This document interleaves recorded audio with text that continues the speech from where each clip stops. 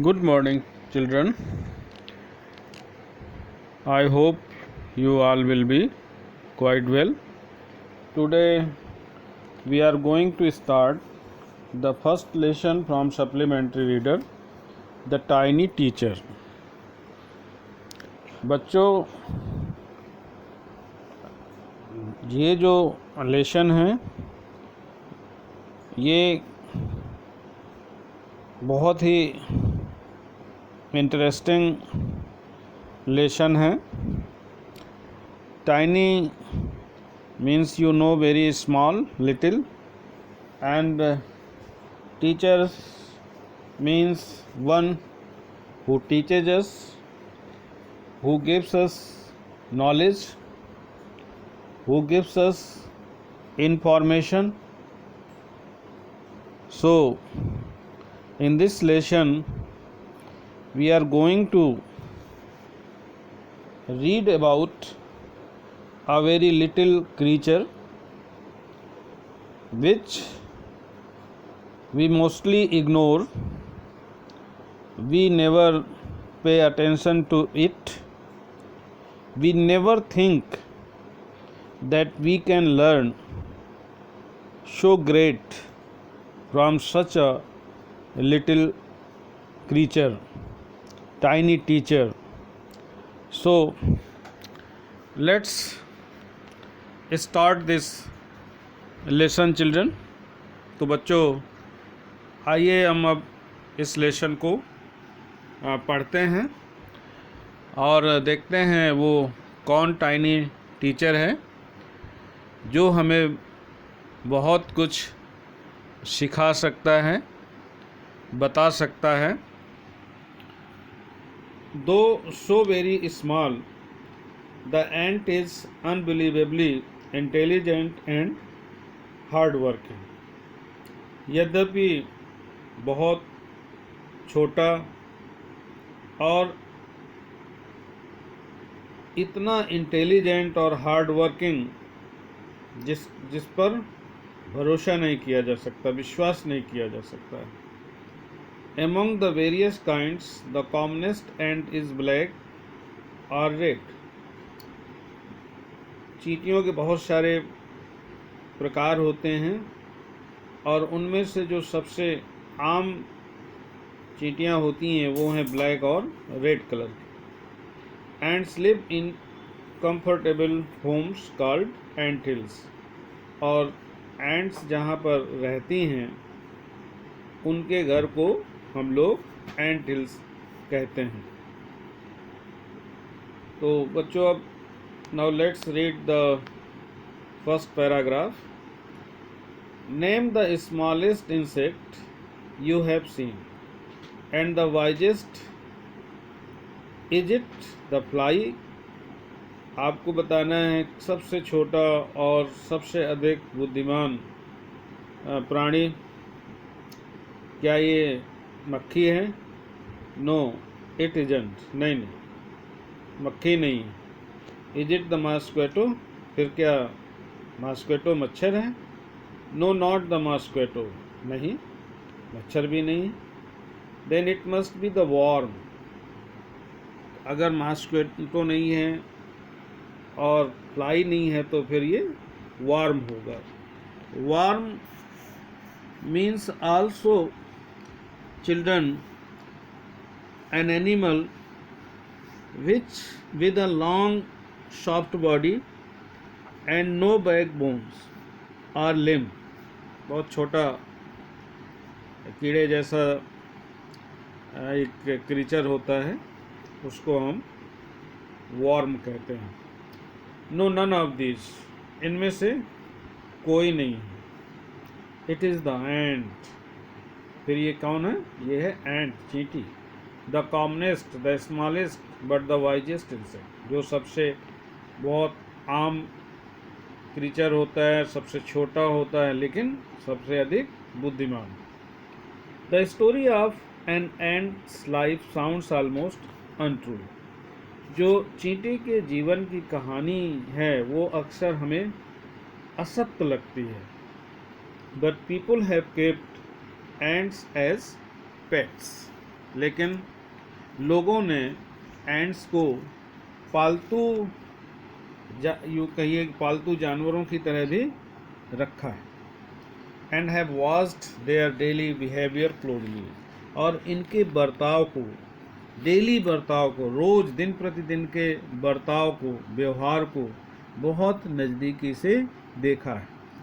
So we know a number of facts about this tiny hard working and intelligent creature. इसीलिए हम इस छोटे, परिश्रमी और बुद्धिमान प्राणी के बारे में बहुत सारे तथ्य जानते हैं। An ant uses its feelers or antenna to talk to other ants by passing messages through them। अब ये बच्चों कैसे संदेश जो है दूसरे एंट्स को देते हैं, तो ये दूसरे एंट्स को संदेश जो है अपने फीलर्स के द्वारा बात करके संदेश पास करते हैं, देते हैं। ये एंटीना क्या होता है बच्चों? ये होता है sensory appendages on the head of insects. जो कीड़े होते हैं उनकी नाक के बाल जिनसे वह आने वाली वस्तु का पता लगाता है, उन्हीं को वो फीलर्स कहते हैं या एंटीना कहते हैं। तो ये इन्हीं फीलर्स या एंटीना के माध्यम से दूसरी एंट्स को मैसेज देते हैं। Watch a row of ants moving up और डाउन द वॉल। एक दीवार पे जो चींटियों की एक लाइन ऊपर नीचे मूव करती है, चलती है, उसको देखिए। Each ant greets all the other coming from the opposite direction by touching their feelers. Greet माने बच्चों होता है वेलकम, स्वागत करना। तो हर चींटी दूसरी चींटियों को, दूसरी विपरीत दिशा से आने वाली दूसरी चींटियों को का स्वागत करती है। कैसे? By touching their feelers, feelers को टच करके, छू करके। There are many kinds of ants. अब बच्चों इस पैराग्राफ में हम एंट्स के काइंड्स के बारे में पढ़ने जा रहे हैं। The commonest among them are the black और रेड वंस। बहुत तरह के एंट्स होती हैं, लेकिन जो सबसे कॉमनेस्ट होती हैं, सबसे आम चींटियां होती हैं हम लोगों के बीच में, वो हैं लाल और ब्लैक कलर की। We have seen them since we were children. जब से हम बच्चे थे तब से हमने उनको देखा है। But haven't paid enough attention to them. लेकिन पर्याप्त हमने इन पर ध्यान नहीं दिया है। Where do they live? वो कहाँ रहते हैं? In their comfortable homes called nests or ant hills. और वो अपने सबसे आरामदायक घर, जिसको हम नेस्ट या एंट हिल्स कहते हैं, उनमें रहते हैं। Each has hundreds of little rooms and passages। और हर एंट हिल में सैकड़ों छोटे छोटे रूम और रास्ते होते हैं। In some of these rooms the queen ant lay eggs. और इनमें से कुछ कमरों में जो क्वीन एंट होती है वो अंडे देती है। Others are nurseries for the young ones. और जो दूसरी चींटियाँ होती हैं वो नवजात, जो चींटियों के बच्चे होते हैं, उनकी देखभाल करते हैं। और उन नवजात जो चींटियों के होते हैं उनको ग्रप्स कहते हैं। Workers have there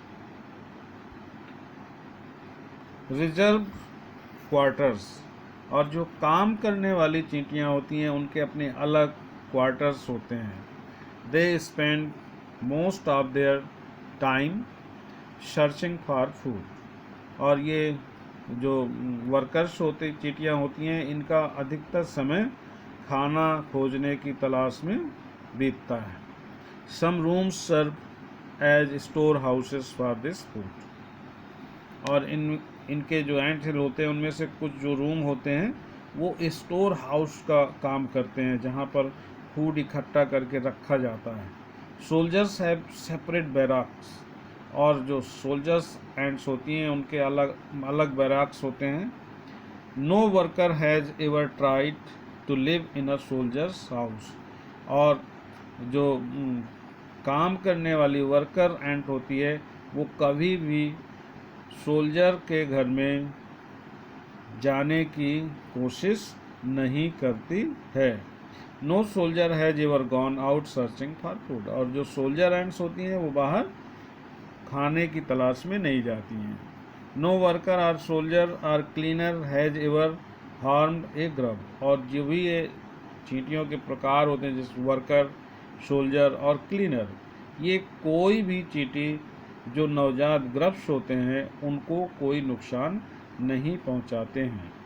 so you see an ant's life is very peaceful. इस तरह से आप देखते हैं कि जो चींटी का जीवन होता है बहुत पीसफुल होता है, शांतिपूर्वक होता है। Each does its share of work intelligently and bravely and never fights with other members of the group. उनमें से हर चींटी अपने हिस्से का काम बड़ी बुद्धिमानी से और बहादुरी से करती है और कभी भी अपने समूह के दूसरी चींटियों से लड़ाई नहीं लड़ती है। तो अब बच्चों ये पहला पार्ट हो गया, अभी इसका एक पार्ट और है, दूसरा पार्ट है। तो अब दूसरे पार्ट को हम लोग पढ़ते हैं और समझते हैं। The queen ant has a pair of wings which she casts off before she begins to lay eggs. जो बच्चों क्वीन एंट होती है उसके एक पंख होते हैं, जोड़ा पंखों का होता है, और उनको वो जब अंडा देती है उसके पहले वो उनको कास्ट ऑफ करती है। कास्ट ऑफ मीन्स होता है ओपन करना। Eggs hatch and become grubs, grubs change into cocoons and cocoons break to bring forth complete ants। कैसे ants का जन्म होता है? तो पहले जब अंडे फूटते हैं तो ग्रब्स निकलते हैं और ग्रब्स ककून्स में बदलते हैं और ककून्स ब्रेक होने के बाद कंप्लीट एंट्स निकलती हैं। The life of an ordinary ant in the anthill is a book which many of us seldom open। एक साधारण चींटी का जो जीवन है एंट हिल में वो एक किताब की तरह होता है जो अधिकतर बहुत कम ओपन होता है, खुलता है। Which many of us seldom open, मतलब जिस मैनी ऑफ हम में से बहुत कम लोग उस उनके जीवन के बारे में जान पाते हैं। इसका ये मतलब है the queen is the mother of the entire population of the colony. जो क्वीन एंट होती है वो जितना भी उस कॉलोनी में एंट्स की जनसंख्या होती है उसकी वो माँ होती है। It lives for about 15 years, और ये लगभग 15 सालों तक जीवित रहती है। It has a pair of wings, इसके 2 पंख होते हैं। But bites them off after its wedding flight. This flight takes place on a hot summer day. लेकिन ये जो पंख होते हैं वो गिर जाते हैं जब ये वेडिंग फ्लाइट में जाती है। This flight takes place on a hot summer day, और ये जो वेडिंग फ्लाइट है ये गर्मियों के एक गर्म दिन में होती है। The queen leaves the nest and goes out to meet a male ant. होता क्या है बच्चों कि जो नेस्ट होता है एंट हिल होता है उससे बाहर निकलती है क्वीन एंट और वो मेल एंड से मिलने के लिए जाती है, उसी को हम ड्रोन भी कहते हैं। High up in the air, कहाँ, ऊपर हवा में। On its return to earth it gets rid of its wings and then does nothing but lay eggs. और जब वो उस ऊंचाई से नीचे पृथ्वी पर आती है तो इसके जो पंख होते हैं वो गिर जाते हैं और फिर इसके पास और कुछ करने का लिए नहीं होता है सिवाय अंडे देने के। Eggs hatch and grubs come out, उसके बाद अंडे फूटते हैं और ग्रब्स बाहर निकलते हैं। Soldiers guard them, workers feed and clean them, and also carry them about daily for airing, exercise and sunshine. जो बच्चों सोल्जर एंड्स होती हैं वो जो ये नए बच्चे होते हैं उनकी रखवाली करते हैं। जो वर्कर एंड्स होती हैं उनको खाना खिलाती हैं, साफ़ करती हैं। And also carry them about daily for airing, बाहर भी ले जाती हैं हवा के लिए और एक्सरसाइज के लिए और सनशाइन के लिए। 2 or 3 weeks लेटर, 2-3 सप्ताह के बाद, grubs become cocoons and lie without food और एक्टिविटी फॉर 3 weeks मोर। और इसके बाद बच्चों 2 या 3 सप्ताह के बाद जो ग्रब्स होते हैं वो कैकून बन जाते हैं और उसके बाद बिना कुछ खाने के या बिना किसी एक्टिविटी के पड़े रहते हैं 3 वीक या उससे अधिक तक। Then the cocoons break and perfect ants appear, उसके बाद काकून्स टूटते हैं और फिर पूर्ण चींटियाँ बाहर निकलती हैं। Now it's time for teaching and training, और अब ये समय होता है उन्हें शिक्षा देने का, उन्हें प्रशिक्षण देने का। New ants learn their duties from old ants as workers, soldiers, builders, cleaners etcetera. नई जो चींटियाँ होती हैं वो पुरानी चींटियों से अपने कर्तव्यों के बारे में, जैसे वर्कर्स, सोल्जर्स, बिल्डर्स और क्लीनर्स की ड्यूटीज सीखती हैं। After a few weeks training the small ants are ready to go out into the big world of work. और कुछ सप्ताह के प्रशिक्षण के बाद जो ये छोटी चींटियाँ होती हैं ये बाहर की दुनिया में, इस बड़े संसार में काम पर जाने के लिए तैयार हो जाती हैं। An anthill is a home not only for ants but also for some other creatures, beetles, lesser breeds of ants and the green fly. Anthill बच्चों केवल चींटियों का होम नहीं होता है बल्कि इसमें दूसरे प्राणी भी जैसे beetle, lesser breeds of ants and green fly भी रहते हैं। Why do ants want these alien creatures to live in their nests? अब प्रश्न ये है कि चींटियाँ इन दूसरे एलियन, जो दूसरे जगह से आए हुए क्रीचर्स होते हैं, उनको रहने की अनुमति कैसे देती हैं अपने एंट हिल में, अपने घर में?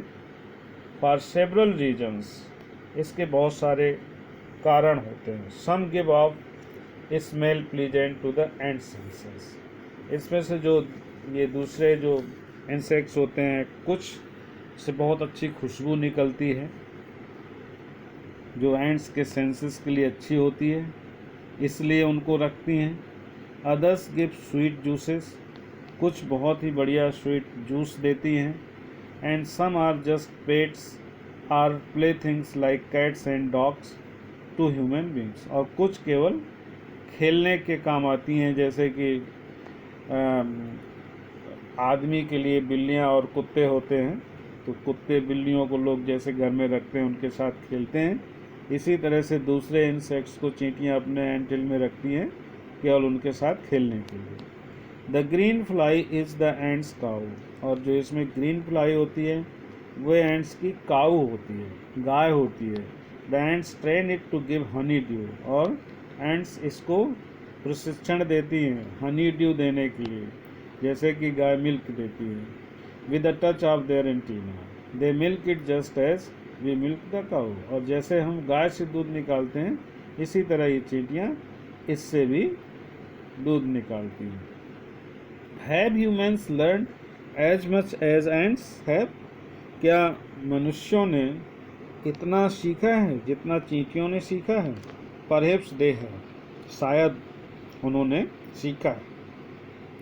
But they haven't put their learning to good use, लेकिन उन्होंने अपने ज्ञान को अच्छे के लिए प्रयोग नहीं किया है। They may still learn a few things from this tiny teacher, फिर भी मनुष्य इन छोटे प्राणियों से भी कुछ चीज़ें सीख सकते हैं।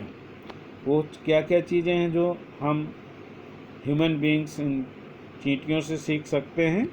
वो हैं बच्चों, hard work, sense of duty and discipline, cleanliness, care for the young ones, and above all a firm loyalty to the land where they live. ये जो चीज़ें हैं बच्चों, हार्ड वर्क, कठिन परिश्रम, और सेंस ऑफ ड्यूटी, कर्तव्य परायण होना, और अनुशासित होना, और साफ सफाई का ध्यान रखना, अपने छोटों की देखभाल करना, और इससे इन सबसे ऊपर लॉयल्टी, वफादारी उस जगह के प्रति जहाँ पर हम रहते हैं। So children, at last we can say that these ants are no doubt very small, very tiny, but they have many qualities, many things which we people can learn from them. So this was the first lesson, children. I hope you must have read with me and understood it. तो ये बच्चों इस तरह से the tiny teacher की कहानी थी। उम्मीद है आपने इसको मेरे साथ पढ़ा होगा और समझा होगा। Okay, thank you.